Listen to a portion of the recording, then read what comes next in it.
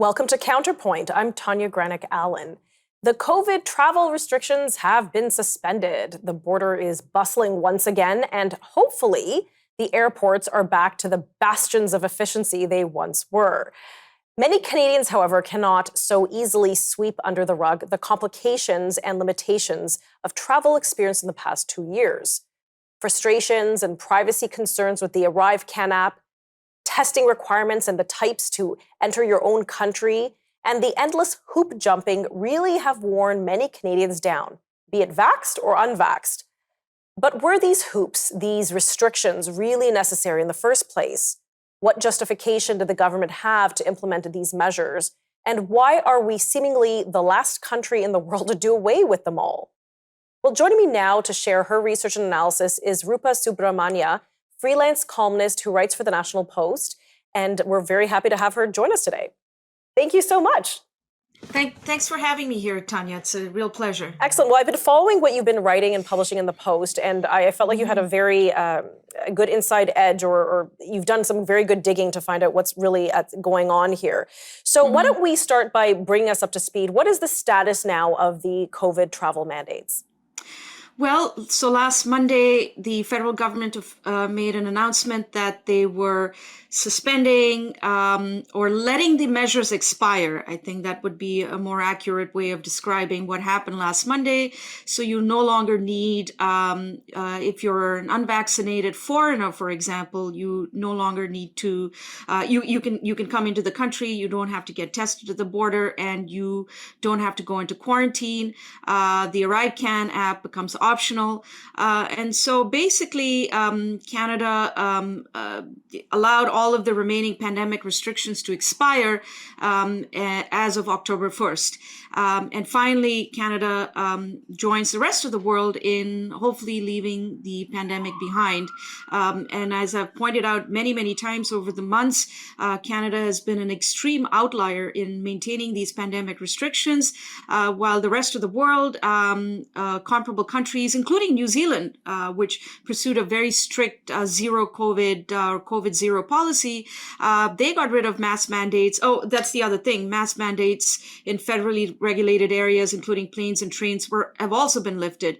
Wow. So we were really one of the last countries to get rid of these restrictions, and hopefully now that's the end of that, and we move on and leave the pandemic behind. Okay, so that's a good point. And I'm glad you brought up New Zealand. So October 1st, 2022, Canada's finally lifted it. Roughly when did New Zealand lift it? When did the UK, when did other comparable countries do away with their restrictions? I think the UK made, it was a gradual lifting of restrictions, but I think really by about spring, the UK was basically, had gotten rid of all of its restrictions. Several European countries did so.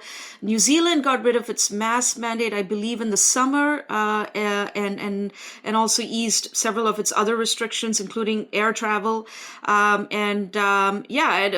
I traveled overseas in April, and I went to Europe, and I went to India, and I found that when I returned to Canada, Canada essentially felt like a prison because we were still maintaining these restrictions, and they were strictly enforced, whereas in these places that I'd been to, people had moved on. So why do you think the travel mandates have been lifted now? Well, the simple answer is that it's just polling very badly for the Liberal government. At least judging by some of the news reports that I've been reading, that the polling has indicated to them that these measures are no longer popular. So that begs the question, what was the scientific rationale behind these mandates? If you were truly following the science, then, what is the scientific basis on which you are now getting rid of these restrictions? So there are lots of questions here, but I think fundamentally, it was politics right from the get-go. The implementation of these vaccine mandates for travel and other restrictions were political to begin with, and the removal of these restrictions were also political. My goodness. Well, one would hope that when dealing with healthcare policy, and, I understand this is a travel policy, but really it was surrounding what the government couched as a healthcare issue, that one would, trust the science and hope that the science was the one leading. But we're going to have to unpack that a little bit after the commercial when you said it was perhaps politics that was leading the charge and not so much science. We'll be right back in just a few moments.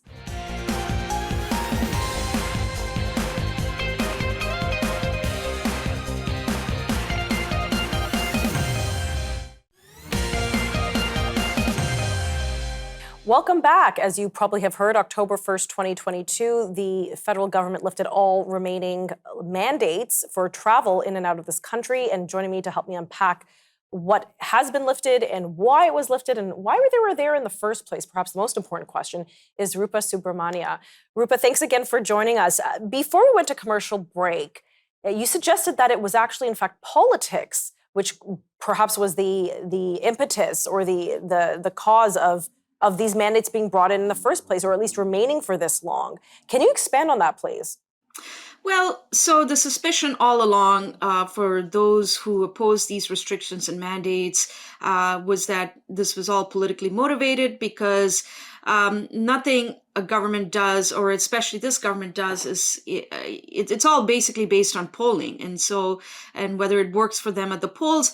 Now, if you remember, when the Prime Minister announced the elections last fall, he made the vaccine mandates as a wedge issue.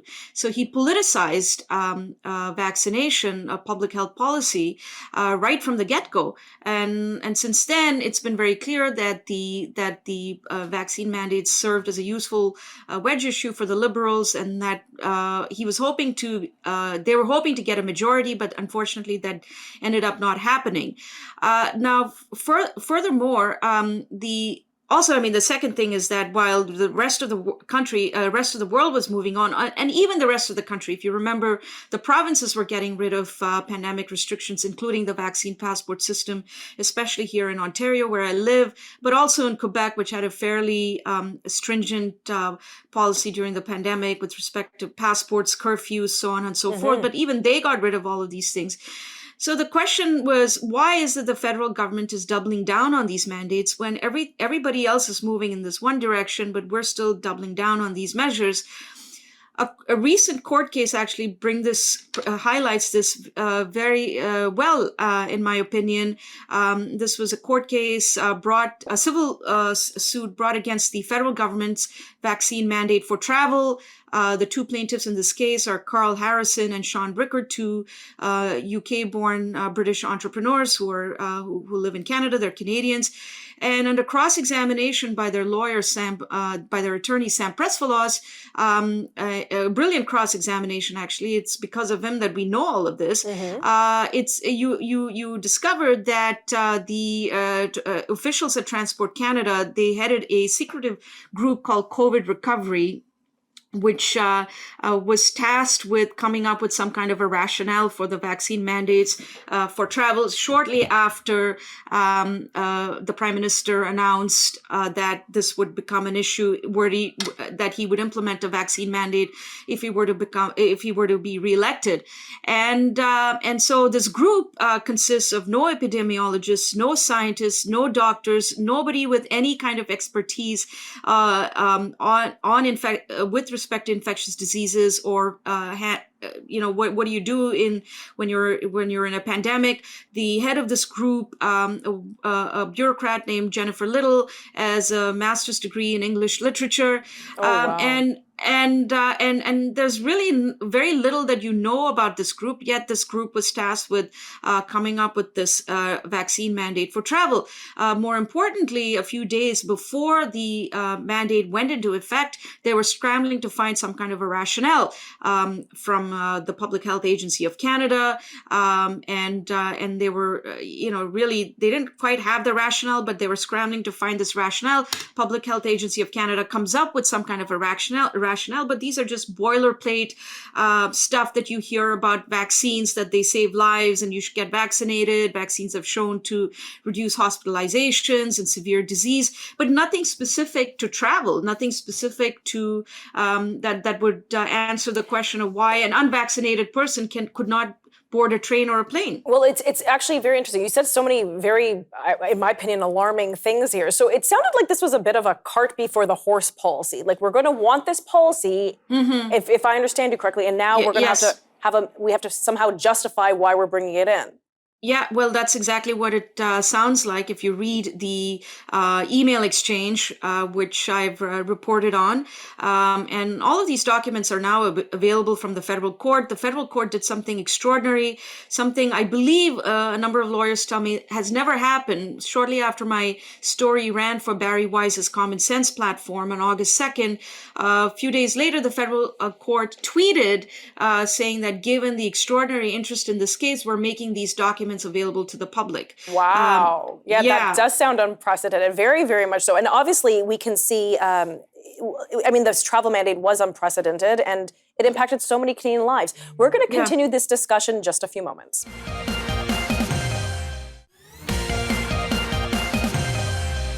Welcome back to Counterpoint. I'm joined by Rupa Subramanya. She's a columnist with the National Post, a freelance columnist, and she's here sharing her research and opinions on the newly lifted COVID travel mandates here in Canada. Rupa, thanks again for joining me.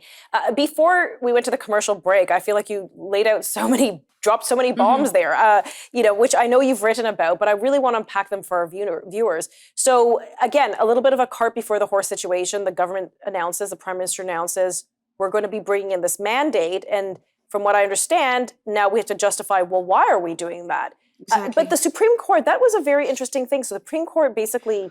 Oh, no, it's the Federal Court of Canada. The Federal Court, rather. Yeah. So they opened up access to all this information. Exactly.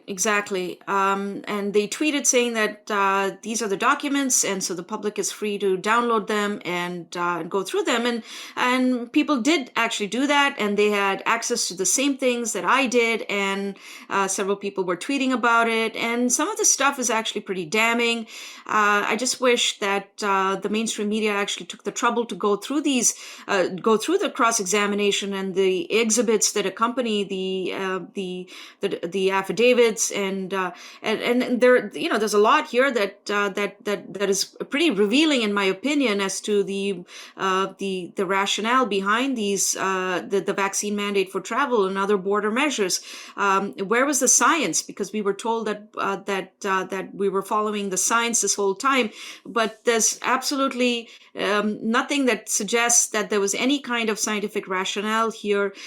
Bear in mind that these were some of the government's top key witnesses who were presented as witnesses in the case, and they couldn't really come up with anything, even under cross-examination. So it's extraordinary that this case, it's a very important case, which is now which was heard again 2 weeks ago. The government, what it did was, as soon as the vaccine mandate for travel and for the civil service was suspended back in June, on June 16th, the Attorney General made the argument that since these mandates have been suspended, we are going to argue that this case should be moot. Right. So basically, there's nothing here, there's nothing to see here, and we just want this case to go away. But the applicants fought against that. So there was a mootness hearing 2 weeks ago here in Ottawa at the federal court, and Justice Jocelyn Gagné heard the case. She's yet to make a decision.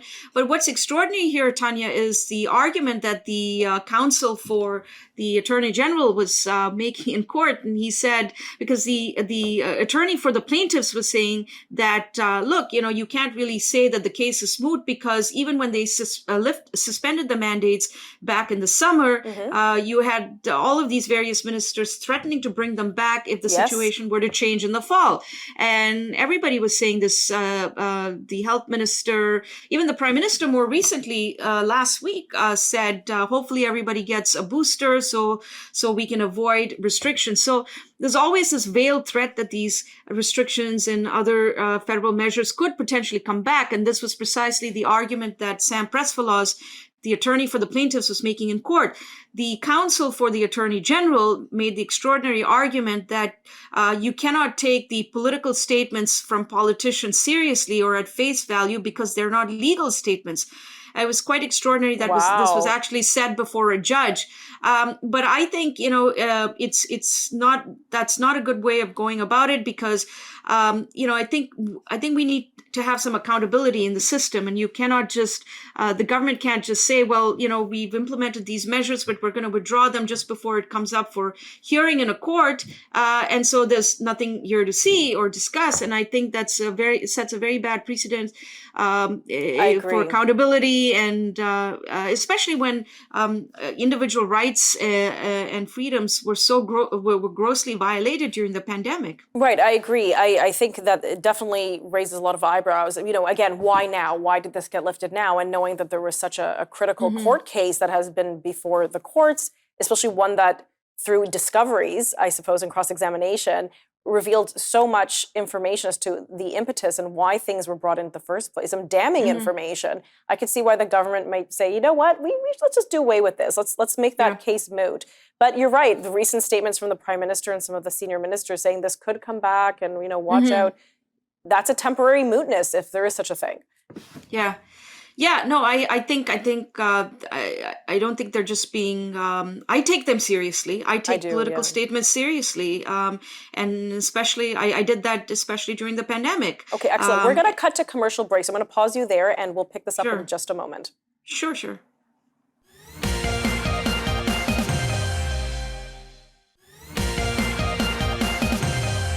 Welcome back. We're having an excellent discussion with Rupa Subramanya, who's done some wonderful journalistic work here, explaining and discovering as to why did we have these travel mandates, what justification was used, and of course, following a recent federal court case about two plaintiffs who've appealed to the court and have filed a civil suit. Rupa, you said, of course, a very outrageous thing, but it was said, is that the lawyer for the Attorney General federally said that, well, we cannot take politicians' statements as law. But we're talking about the Prime Minister here. I mean, if I want to know what's coming down the pipe, I'll hear what Prime Minister Justin Trudeau said that day. Is that not strange? Well, it is. I think the argument that the lawyer for the Attorney General was making was rather bizarre, to say the least. He said, I think it's fair to say that there is no evidence that these travel measures are returning. The statements made by ministers are political statements and press releases, not legal statements. And the attorney for the plaintiffs, Sam Pressfellows, rightly said that these, what type of democracy do we exist in if we cannot trust the truthfulness of statements being made by government ministers? So, I think what is at stake here, Tanya, is that, our Charter of Protected Rights were seriously violated during the pandemic, and there's got to be some accountability in the system, and so this case has wider significance when it comes to public scrutiny and accountability. This effectively, if the federal court, Justice Gagné, rules that the case is moot because the mandates have been suspended or lifted, what it ends up doing is it legitimizes this practice by the government of, where you're restricting people's rights so long as the restrictions are removed just before it comes up for a hearing before the courts. Wow. So therefore, the government can't be held accountable. Now, let me remind you, we experienced a version of this during the protests when the Prime Minister invoked the Emergencies Act. And just before it came up for a hearing before the Senate, it was withdrawn. So no accountability. And this kind of thing is not healthy, in my opinion, for a society that's governed by the rule of law. And so therefore, I think, I really do think that this case deserves its case, and it deserves its day in court. And hopefully the judge comes to that decision as well. I think many Canadians, again, it doesn't matter what your vaccine status is, but again, this policy, these travel mandates impacted so many millions of Canadians, impacted everyone. And people want to know why were we the last one to lift it? Why were they brought in the first place? And if this court helps uncover that, then I think that's a very good thing. And again, you mentioned that it really infringed upon our rights. And the two rights that I think we need to talk about, the fundamental rights, were the mobility rights and the right to bodily autonomy, to say yes or no to a medical treatment, which is a right. So how do you foresee? You're not a fortune teller, you don't have a magic ball, but I would hope that the justice would, for the sake of information, at least continue on and not declare this moot. How do you think this case will go? Do you have any inkling? Well, yeah, unfortunately, again, given the nature of our system, the courts have been incredibly deferential towards the government.